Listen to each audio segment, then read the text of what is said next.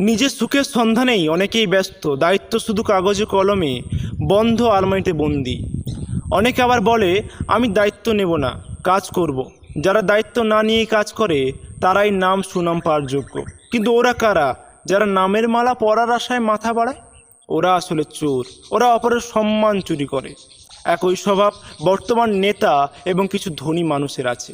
কাগজে কলমে দায়িত্বের মানুষগুলো পা বাড়াচ্ছে নিজের সুখের সন্ধানে। যাদের দায়িত্ব গরিবের মুখে খাবার তুলে দেওয়া, তারা চলে গেছে অনেক দূরে, শোষণ করে নিয়ে গেছে প্রচুর অর্থ। তারপর যখন গ্রামে বন্যা এলো, গ্রামের পর গ্রাম জলে ডুবে গেল।